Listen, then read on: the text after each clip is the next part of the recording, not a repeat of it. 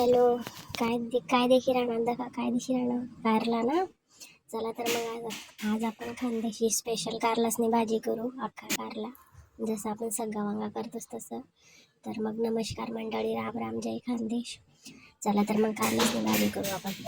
त्यांसाठी मी या कारला धुईसन मस्त असं मधून आळा फाडीले येतच तसले चिरलेले.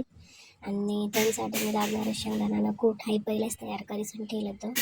त्यांना शेंगदाणा भुजी भाजी सण तसली पाकडी पुकडी त्यासनं मग तिखट हळद मीठ जिरं बटर मिक्स करी सण त्याला दैलेले आता त्या आणि त्या कारला कापलं तर त्या कारलास मम्मीने मीठ बीट लाईसन ठेवलं तो 1 घंटासाठी. म्हणजे ते राहणार कडूपणा बटा निघी जाई असं.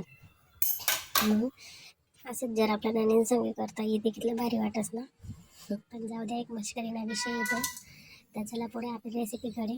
त्या कारला बठ्ठा कारलास मम्मीने शेंगदाणा कूट भरलेलं होतं आणि ते बनायला म्हटलं कढाईला तेल टाकायचं गरम करून आणि त्या तेलनं बघा कारला मध्ये शिजून होतं. अशा पद्धतीने तुम्ही त्या कारला सोडायचे शकतो. आणि हे कारला सोडा रेसिपी बनवलेली आहे ते पण नक्की सांगा. मला आवडेल पण तिथलं नाही आवडेल बस मला गव्हर्नमेंट म्हणून बनायला होतं. कारला असायचं विचार कमावून ते सगळ्याला कुठे लागतं सगळ्याला होते मस्त असं त्या कारल्यावर भोगले घ्या. म्हणजे कसं ना ते पण करून असं क्रिस्पी वेगळ्यासारखं खायला नसतं मस्त लागेल.